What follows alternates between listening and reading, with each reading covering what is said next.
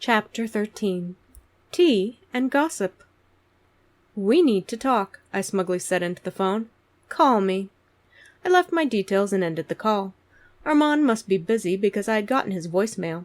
It was a beautiful day, promising to warm up under the July sun. I had parked the car in front of Tawny's tea house where I was supposed to meet Mabel's niece Wanda for lunch. A bell tinkled as I entered the tea shop. The aroma of baked goods, various types of tea, and beeswax from polished antiques greeted me. It was a clean, tidy, and slightly cluttered place, which reminded me exactly of the tea house's owner. "Ivy, how nice to see you," greeted Tawny as I came to the counter. "What can I get for you?" Perusing her delicious menu, I chose. I would like to try a berry sensation tea with a ham and cheese croissant. "Coming right up," Tawny assured me. "Why don't you have a seat and I'll bring it to you?" "That would be nice," I replied. "Have you seen Mabel's niece Wanda? I'm supposed to be meeting her here today, but I don't know what she looks like." "She looks a great deal like Mabel, except with brown hair," nodded Tawny. "Just have a seat, and when she comes in, I'll let her know who you are." "Thank you, Tawny," I smiled. I chose a small round table near the window. A light cream tablecloth covered the table, and a small vase with a pretty rose was in the center. I touched the petals, surprised it was real. "I like to bring flowers from my garden," boasted Tawny as she set down my tea. "It adds a nice touch." "It does," I readily agreed. "The rose is lovely." "Thank you," she beamed before heading back to the counter. The tea came in a little pot. I had a delicate china teacup and saucer which I poured the tea into. It was hot and had a nice fruity flavor. I might have to come more often to Tawny's tea house, I reflected. I glanced around as I heard a group of giggling girls near the back of the small shop. A couple of mothers had 4 young girls who were enjoying tea and cake. It was a cute tea party. "Ivy?" a breathless woman questioned. I looked up to see a woman who resembled Mabel a great deal. Her fit frame was younger, her hair not gray, but chestnut instead. "Hello, you must be Wanda." "Yes," she smiled and had a seat at my table. "Aunt Mabel said you wished to speak to me." I nodded. "I'm looking into Bart Baker's death. I was hoping to ask you a few questions." "I don't know if I could help," replied Wanda as she shrugged in confusion. "I didn't know Bart. In fact, I don't believe I've ever been in the Tasty Treats bakery." "Someone told me you might have overheard a conversation between Bart and the chef at the White Oaks Resort," I mentioned. "An argument about recipes?" A flicker of understanding crossed Wanda's face. "I remember that. It wasn't a conversation. It was a full-blown argument. Chef Taki Young is our dessert chef. Bart Baker was accusing him of stealing recipes for Taki's new cookbook. The cookbook is due to be released in a couple of months. Somehow, Bart had gotten an advance copy, and he was convinced almost a third of the recipes came directly from his shop." "This is terrible if it's true," I ventured, hoping she would say more. Tawny came to our table, interrupting the conversation. She gave Wanda her tea and a set of shortbread biscuits, and I my sandwich. "I hope everything is to your liking." "Yes, it is," I replied. "Thank you." "If you need a refill of hot water, just let me know," said Tawny before she turned her attention to her other customers. Wanda leaned in. "Bart was suing Taki. I accidentally saw the envelopes from the lawyers. Taki wasn't very happy that I seen it, but he was the one who left it lying around in the kitchen. Then Mr. Frick, the owner of the White Oaks Resort and Golf Club, he came in later in the afternoon, demanding to see Taki. I think he knows Taki is being sued and doesn't want any bad press for the resort. It would be quite the scandal if it were found out his dessert chef had been stealing recipes. Taki might even get fired over the matter if anyone can prove it." "Is Taki still working at the resort?" I questioned. "For now he is," nodded Wanda, sipping her tea. "He's on the afternoon shift, taking care of the lunch and dinner desserts. I suppose you would like to talk to him about the whole matter?" "I would," I confirmed. "However, I'm not certain I should be at the White Oaks right now. Last time I was at the resort, I might have done a few things I shouldn't have. I suspect the owner isn't very fond of me right now." Wanda thought for a moment. "Today is the second Wednesday in the month. Usually Taki goes to the spice rack for supplies. He's at the shop between 2 and 3 in the afternoon to pick up anything extra for his baking. Taki could just get his order delivered, but he refuses to, saying his special ingredients are a secret. If you wait for him there, I'm sure you can catch him for a talk." "Thank you, Wanda." I smiled in relief. I fully intend to be at the spice rack waiting for him." "Good," nodded Wanda firmly as she munched on a biscuit. "I don't know if he has anything to do with Bart's death, but it's not nice to think I may have been working with a liar and a plagiarizer." "Do you think he did steal the recipes?" I wondered. Wanda dusted off her hands and drank the last of her tea. "Tacky Young hasn't had an original thought in years. He followed his recipes meticulously and never deviates. I don't think he's capable of creating a new recipe, so yes, I suppose I do think he stole them." It was a rather blunt assessment of her co-worker, I thought wryly. I thanked Wanda for her time, dallying at the table after she had left, to get my thoughts together and to finish my lunch. Sipping on the last of my cooling tea, I was surprised when Tawny sat down across from me. "Ivy, I've heard you were investigating Bart's murder," began Tawny, "and I had this little idea I want to run past you." "Sure," I patiently replied. Tawny might be a bit of a gossip, but she was a nice lady who had been very happy when I returned her prize-winning Persian cat Winifred just a few weeks earlier. "What is your idea?" "I think you need to look at people who found Bart," she nodded emphatically. "They were acting so strange the day Bart was found. Even the mayor was.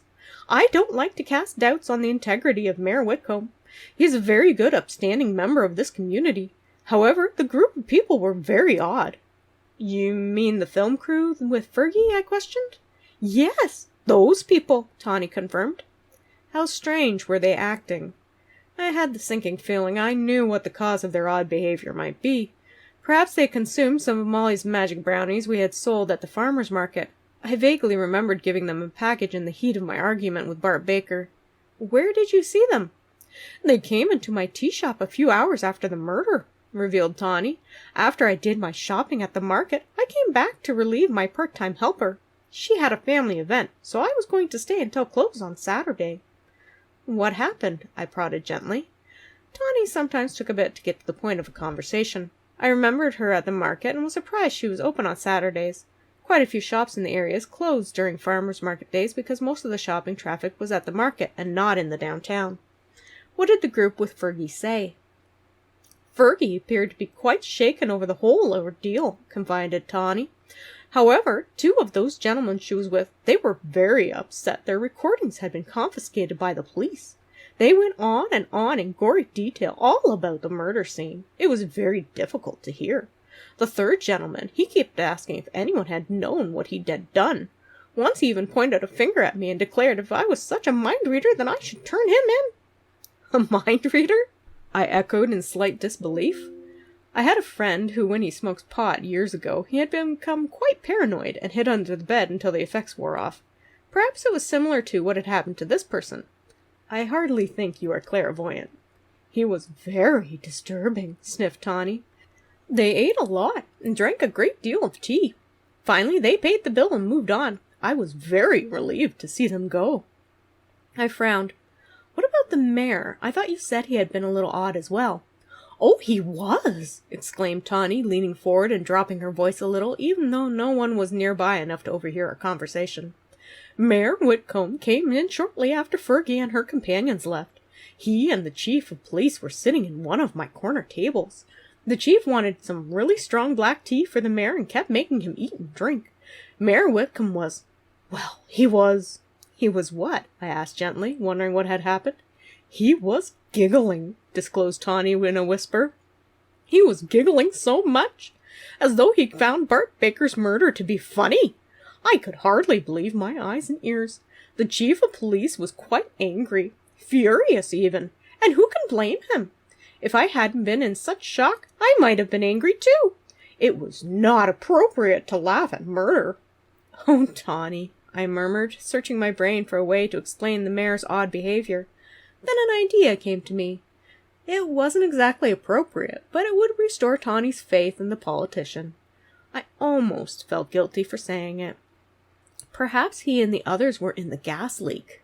The one at the police station? You remember mentioning it on Saturday. Tawny's eyes cleared with understanding. "Oh, yes. That would explain it. It could very well be the cause of all this silliness." I gave a serious nod, agreeing with her.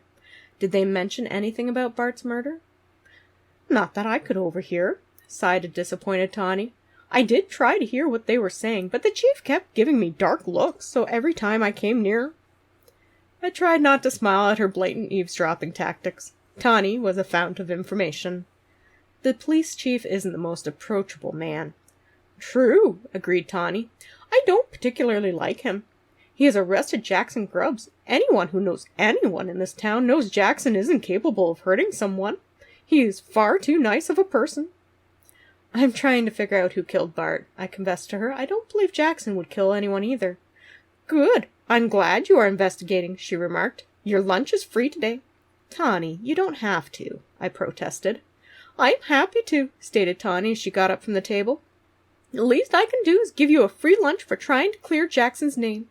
He may have been a rascal as a youngster and gotten into some trouble, but Jackson is a good man. What sort of trouble? I wondered. This was the first I had heard Jackson might have had a bit of troubled past. He fell in with the wrong crowd as a child, clucked Tawny. She picked up Wanda's dishes, heading for the counter. It happens to teenagers. He got caught doing a few things he shouldn't have. Nothing harmful, just silliness boys get up to. What sort of silliness? If Jackson has a record, it isn't going to look good in court. I grabbed my dishes, following her. They think they stole a boat, shrugged Tawny. Underage drinking, maybe a little vandalism. You know the things boys do when they're bored and young.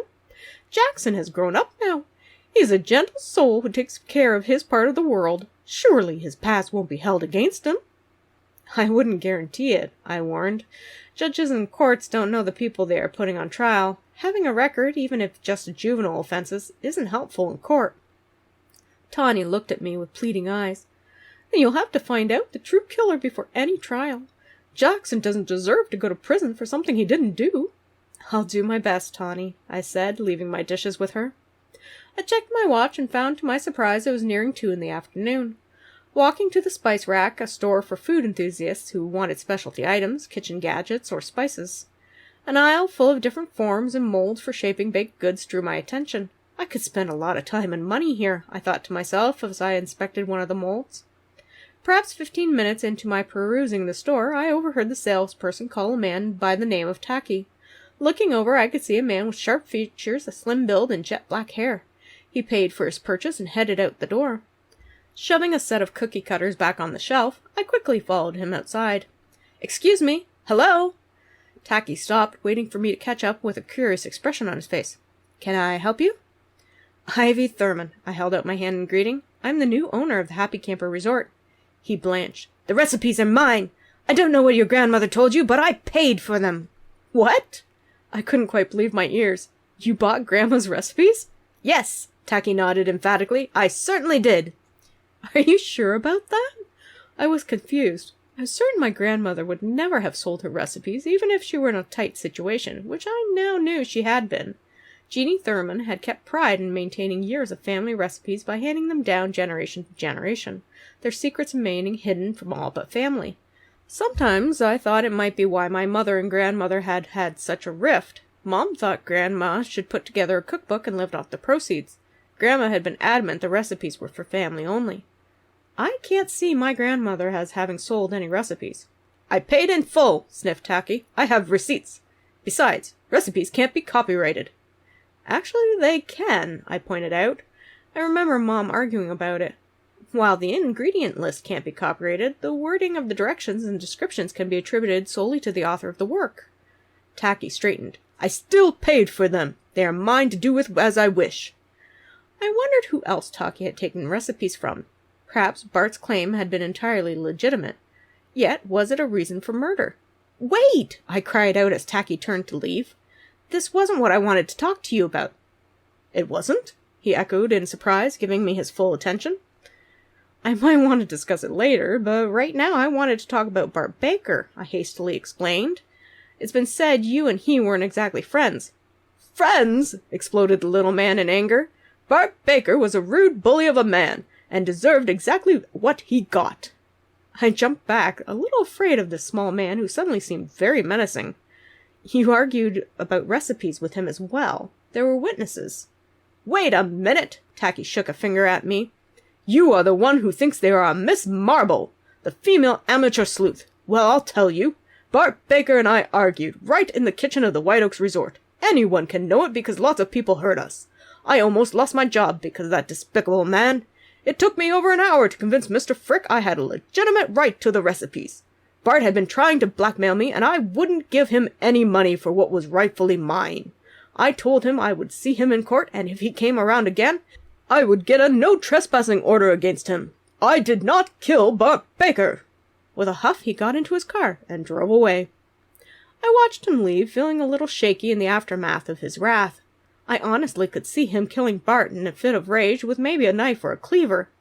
However, I didn't think poison would be his weapon of choice. Poison was a deliberate act. One had to be absolutely certain only the intended victim was to receive the dose. Otherwise, someone else could be an unintended victim. I didn't believe Tacky had killed Bart. Now I had no idea who could be the killer. Sighing, I walked back to my car and saw the crowd at the police station had grown even bigger. I blinked as I realized I could see lines of people waiting on barbecues.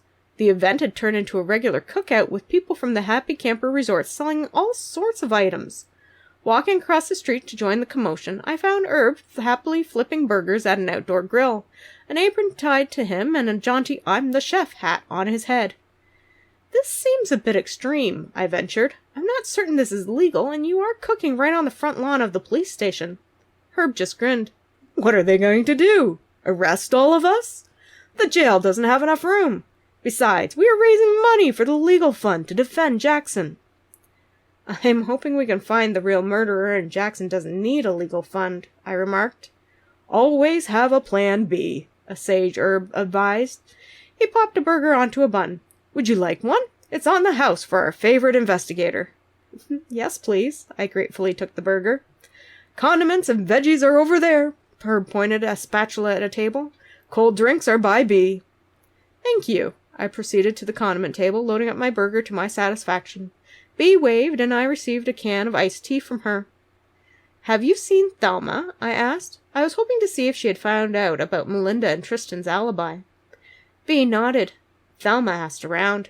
Turns out Melinda was at a dress rehearsal for the Little Miss Oaks pageant. She's coaching a couple of girls. Melinda lied about her and Tristan's being in the city. It means he's back to being on the suspect list. I took a bite of my burger, wiping ketchup from my lip with a napkin. These are good. "Herb is great at a barbecue," agreed B. "He knows exactly what to put in a burger." "Has anyone talked to Jepson yet?" I questioned. "Conrad is following up with Jepson. Could be a while," warned B. "When the two of them get together, they like to shoot the breeze about the olden days." "Isn't anyone worried about being arrested out here?" I gestured to the barbecues and crafts they were selling. "You're right out on the police lawn." B laughed. "Mayor Whitcomb was out earlier today with the paper for a photo op. Whitcomb made it more than clear he's on our side, and the chief of police ought to be considering his position very carefully, as the town pays the chief's salary."